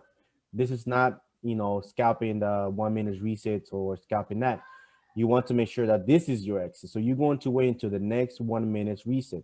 But what I mean 1 minute reset is whenever you're looking at this ticker, I do not want you to be zoom in too much like this, because when you're zoom in, sometimes this thing is going to make you think that it's a reset, but it's really not.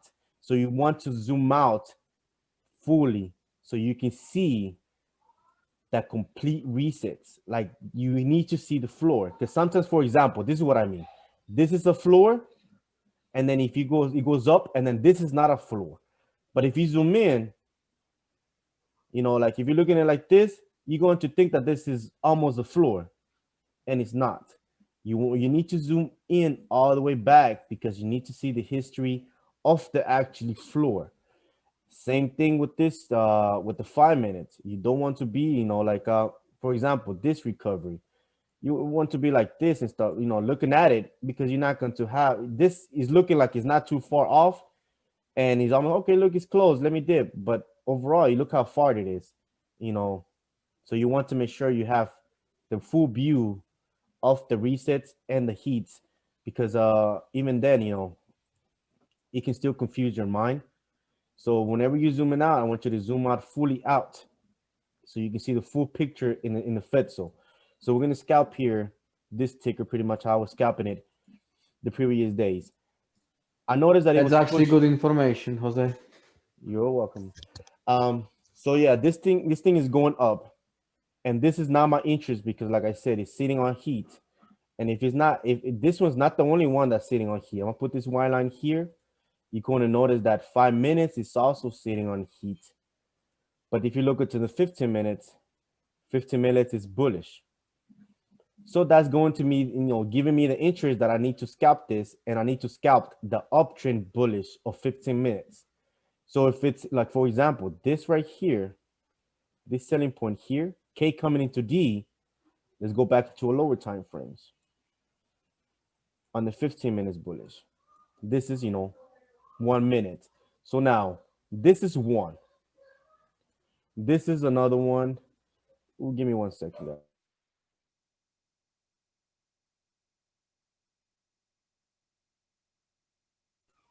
Okay, this is one. And as you're going to tell here, this is, I'm talking about is red, green, red, red, and then red, red. But daily's not reset yet. So you're going to want to at least wait till it resets and see the first green to buy.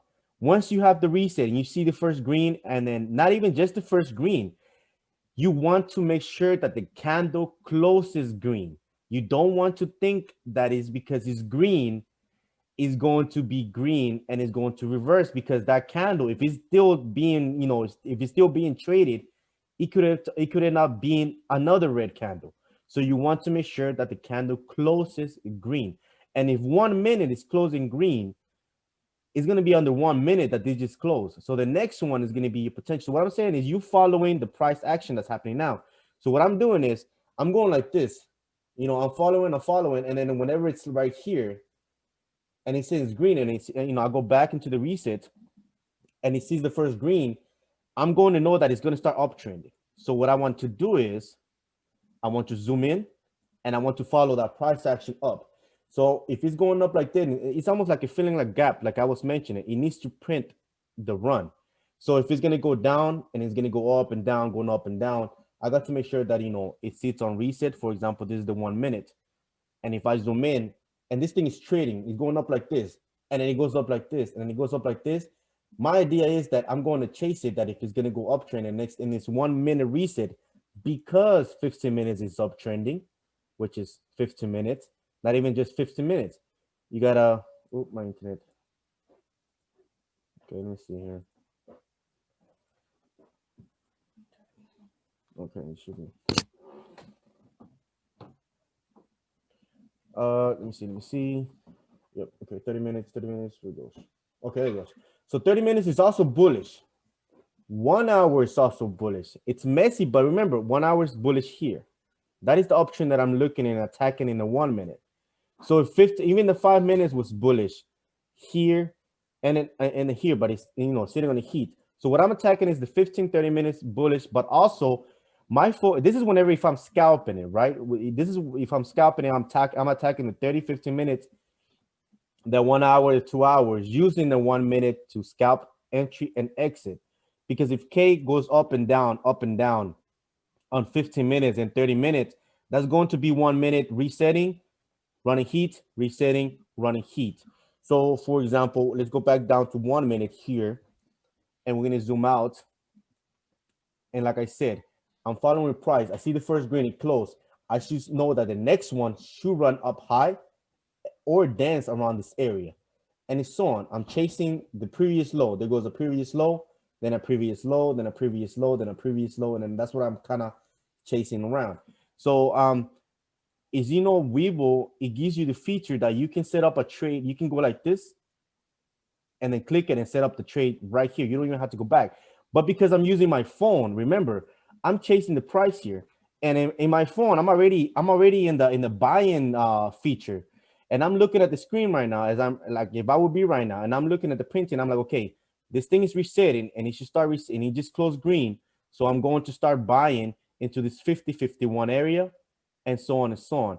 So this is 1 minute. Remember, 1 minute is going to be quick scalps in and out, so you will want to at least go in fully into the 1 minute. So now, Jose, yes, go ahead. Could you tell us now when and how we see the point where we sell? It's almost the same thing. When it goes up, you can see green, green, green, green, and it's sitting on heat, and then you see the first green red candle, and you sell, because the same thing, it goes green, green, then red goes down, and then green, green, then you see the first red one, and it goes down. But whenever you see in the red candles in the heat, if you see the red candle here, for example, this doji, but it's red, but it's still showing potential, you want to wait, You want to make sure that he's only sitting on heat and he's on the red candles. So for example, it goes down, right? This is one. You know, you don't have, there's tickers that give you so many scalps, 5, 7 scalps. There's other ones that's going to give you 3, other one's going to give you 4. There's other one's going to be just all day, it's going to give you 10, and so on and so on. So this is the first one, and you're going to notice here that it goes up. And the first scalp I mean is, even if this one, if you attack here and it doesn't run you heat, as you can tell here, it doesn't really run you heat, but then it goes up and then it goes back down, and the next reset, look at the next reset right here. Oh, wrong line. The next reset is right here. So that's already telling you that, okay, let me add another one here, or let me wait until it runs me heat. So now the next one, what it does on the next one, it goes down to 5290 right here, the 5290 here in this area, but it runs heat a little stronger. So that's already telling me, okay, I'm gonna exit here and I'm gonna wait for another reset. So the next reset comes and you can, oh, I keep putting this wrong line. The next reset comes, and as you can tell here, it goes red, red, red, and then reset comes in, and the first green comes in. Once I start seeing the first green candle, my next sell order is either right in the middle of that candle, which is 49.53, or above that candle, which is 50, because I'm like, you know, you're kind of attacking the potential of that reset to do a little correction. So now you attack this 49 right on the reset, and 49 goes up and scalps you 52.76. So your exit goes into heat, runs heat. Remember how I was mentioning that you have to zoom out to also make sure that you're looking at the heat, where the heat is at. Because if you zoom in here, if you zoom in like this is just going to, this is, I mean, probably going to think that it's heat. This is heat when it really not. This is actually, you know, real heats right here are the ones that made on tops. But so now the same thing. This is one scalped here, and then you have another one here. But now, even sometimes, you know, if you go down into lower time frames, you're going to know that this is actually another scalp, but a little, you know, longer time frames on the 5 minutes. And as you can see here, this one's the higher time frames you attack, like which is 1 minute, is going to be shorter the profit. If you're attacking 5 minutes, it's going to be just a bit more of profit, but also it's going to take a lot of more longer for you to find that reset and dip. It's not going to be the same, because you're going to know here, it never reset it until almost midday. And midday, it did the 53 into 58 again. But this thing didn't reset it, like I said. And then on market open, I'm sorry, right before after hours, it did 54 to 56. You know, not much, but it still ran the reset and the heat. So it still ran you the trade of entry and the exit, even if it's not much. So we'll go back here to the 1 minute. Well, the zooming in and the zooming out, this is good thing, because that was kind of getting me confused. Yeah, you don't want to zoom out. You want to make sure you zoom out. Even if your phone, always make sure you're fully zoomed out in the FETSO, because you have to make sure you look at the history at the bottom and top. Because if you too zoomed in, this little midways recovery is going to confuse you that they're resets and they're not. And you don't want that to confusion, you know, to get you trapped. So even this, remember how you're attacking uptrends. There goes this one. You see this crazy hold. Even this one went from like I said, it's not much of a range, but this is 56 to 58. And then you have this other one right here. And remember how I was mentioning red, red, red, and then out of nowhere, the first green closes on a reset. And then, you know, you look at you look at the price. Okay. And so you close the first green on the reset, and then you start chasing the price. You chase the movement. This is what you're chasing. Like kind of like, you know, like you're chasing what's happening on the 1 minute. So this is another one that goes from you're gonna tell you that goes from 55 to a reset of 58, and it goes back down almost into a reset again of 56 into 61, and it's almost the same thing. Now, this is where it comes tricky, and this is where you started with how I got in trap. I would have stopped scalping right here. Why would I have started scalping there? Because if you go back to the 15 minutes, this last one is sitting on heat now. You don't want to scalp that thing anymore. You're going to have a chance that the 1 minute is going to fake you out if a 15 minutes, 30 minutes on heat and start up downtrending more. So now if the momentum starts downtrending more, what is it setting up for? It's setting up for down. So now let me, let me take this out, and you're going to tell the difference here when it goes down and when it goes up, how the 1 minute makes higher lows, higher highs, and it's almost the same thing. Let's go back to 1 minute. Okay. So you're going to tell here, look at this. This is a downtrend. Even this downtrend was scalping. You got a 1 minute reset here. Why would I attack this 1 minute reset only? Only this 1 minute resets here is because that's the 5 minutes was resetting. So even then, you're going to tell that one full position would have trapped you right here. Just one full position. But because you're scalping, you would have been able to scalp this and then get out here. Even, I mean, it's a little bit, 56, and then it goes 59. And the same thing here, 55, and it goes up. Look at this heat. Perfect heat, perfect exit. Guess what the next heat does? Goes back down here, 53, and then goes up. And it's just, keeps repeating now.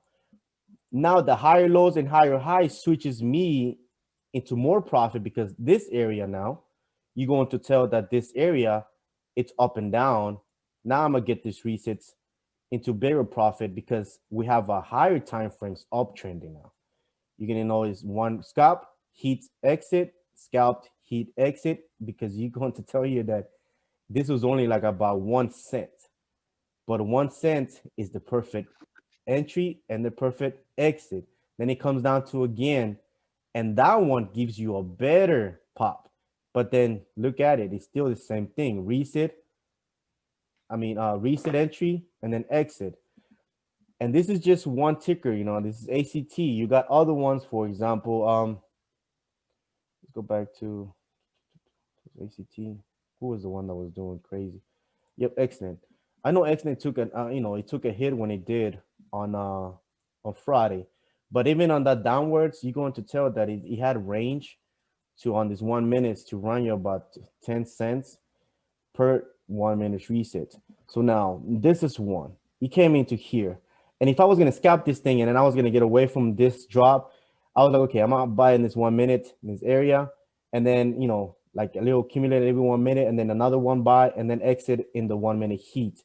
So just this was 73 to $5. That was about 20 cents, 25 cents gain.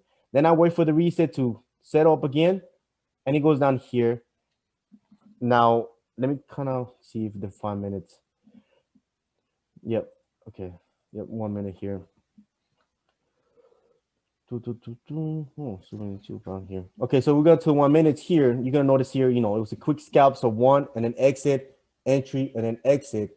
But this one's 14, 437, and this one, look at this one, 423, all the way to 252. That's 20 cents. This right here was 15 cents. This, it's another one that didn't really do much. And because it didn't do much, you're gonna wait until it runs heat and price moves. And this goes from 40, 10 cents, and it does, repeat the same thing. So some tickers are going to give you big range, other ones are not. Even ZNT on its way down and up, it was on insane crazy 1 minute because he had a crazy low float. So low float, know that the lower the float, the more money you're going to pretty much make. So I'm going to show you here that this ticker, just on the 1 minute reset, you won't even focus in the 5. And on the 5 and 15, yes, for the potential. You're going to see here the potential. And look at this right here. You see this K coming into D? I'm going to put the line right there. Yep, it's around that area. And that's going to show you here, it's around this area. Can't really tell. We'll go right here. And if I put it into if I come to the 1 minute, you see where it's what the 1 minute comes in? It comes here. This is one, but then it comes to this one. This is 1 minute dip, but that is 15 minutes. K coming into D, 1 minute reset dip, that bullish 15 minute Fetzel, and it goes up again. Right on that pop. You see that what I'm attacking? I'm attacking 1 minute resets, but I'm also attacking the 15 minutes, 30 minutes bullish momentum, but I'm also looking at the daily FEDSO, weekly bullish FEDSO, because you want to make sure that you're attacking those high time frames 1 minute to give you results in the lower time frames reset. So even this one, this was one here. This is another one. And let's move this one here.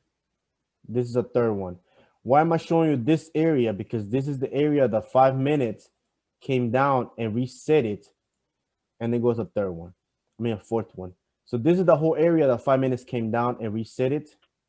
And you want to tell here that potentially gave you a dip, average dip into that 5 minutes for an exit as well of 5 minutes heat.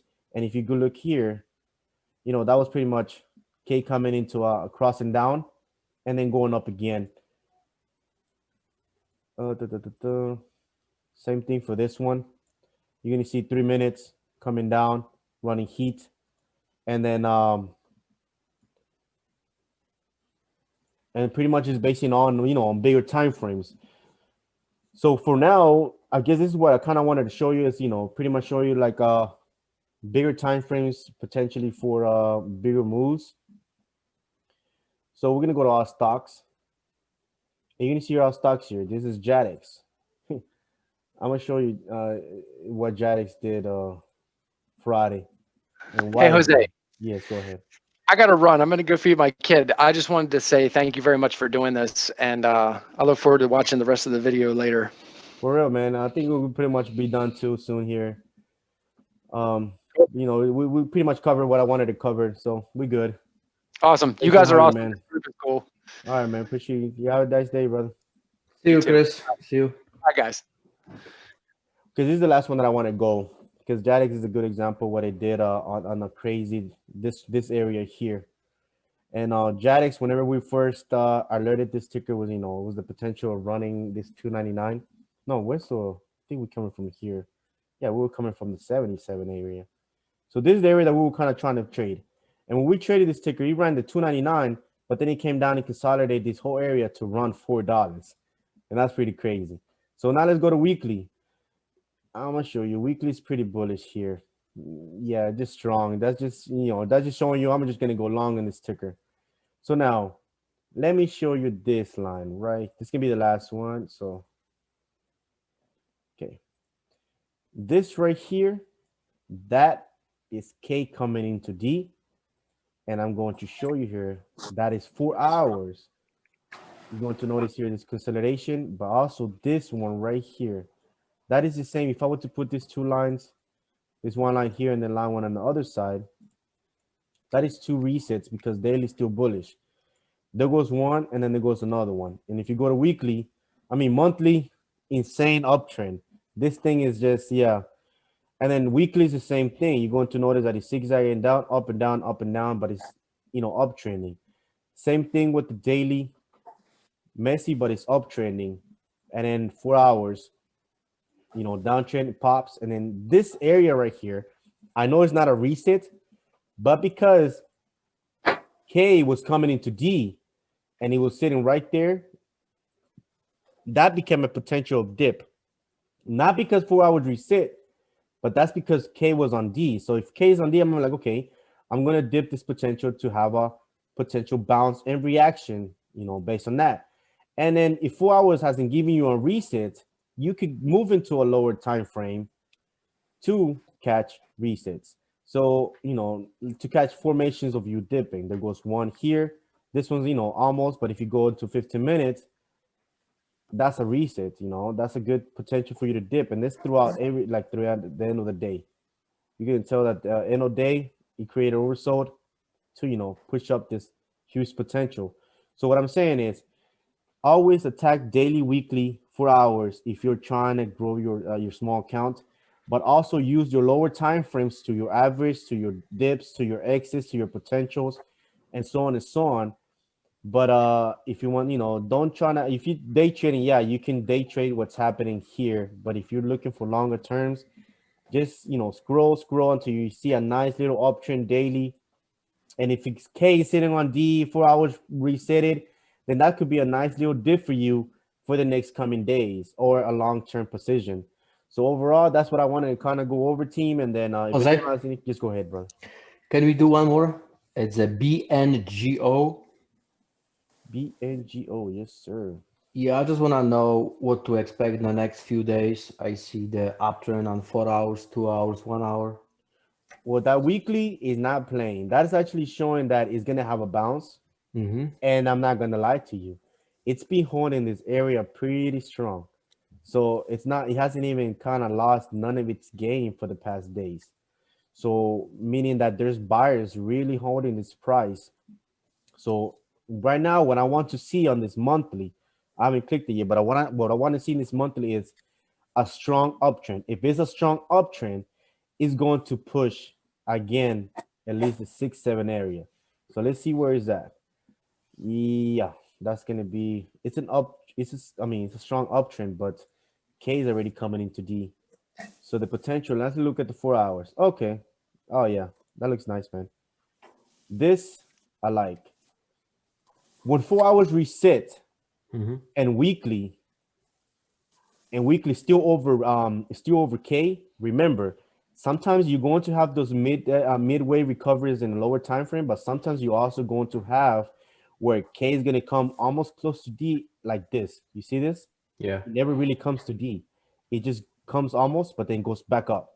And that can still be a reset of 4 hours. So what I'm saying is that weekly can be right here where it's at right now and boom, go up. It doesn't need to come into D. And that is because 4 hours is sitting on the oversold. Now this action, it's strong. It's a strong action. There's a lot of buyers happening now. So let's go down. Let's go down into the 2 hours. Yep. There's a lot of strong buyers already setting up for reversing at least the higher high of 560. I will be looking for an entry. This thing coming. Let me see where it's sitting on the 30 minutes. 30 minutes sitting on heat. So I'll definitely wait for a dip into 460, 480 area. So what is the chance for the 724? What is the chance for the 724? The chances are actually pretty strong. Okay. Because let me see quarterly. Yep, it's strong, man. This you see this uptrend. This is what I want to see is a strong. You want to see, you don't want to see a little bit. You don't want to see a little bit and then and then go back down, because that's just what's gonna make price settle for some time. If you see this strong K, that strong K is where it can continue and stretch up.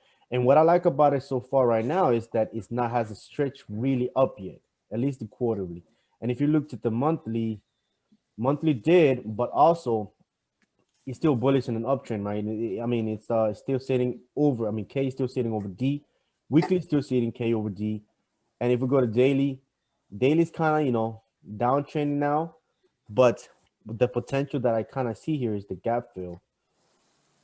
This one's a real tricky ticker, man. It's just it's the only thing that I really like right now is that it's reset it, and it reset the 4 hours while K is doing over D. So that's already showing you that K should have a reaction and keep pushing price up.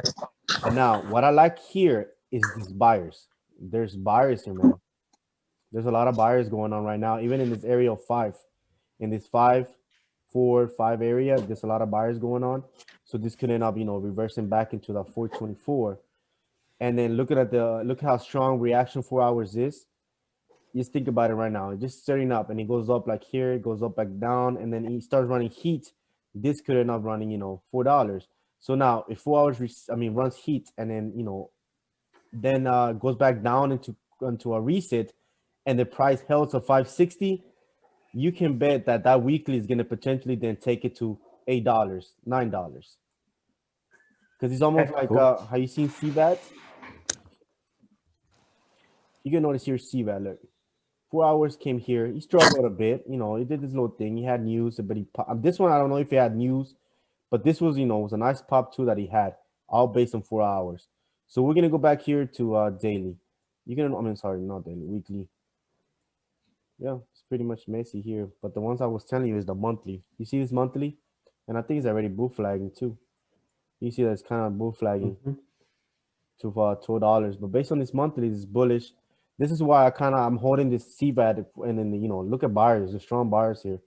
I'm holding CVAT to run at least the $12.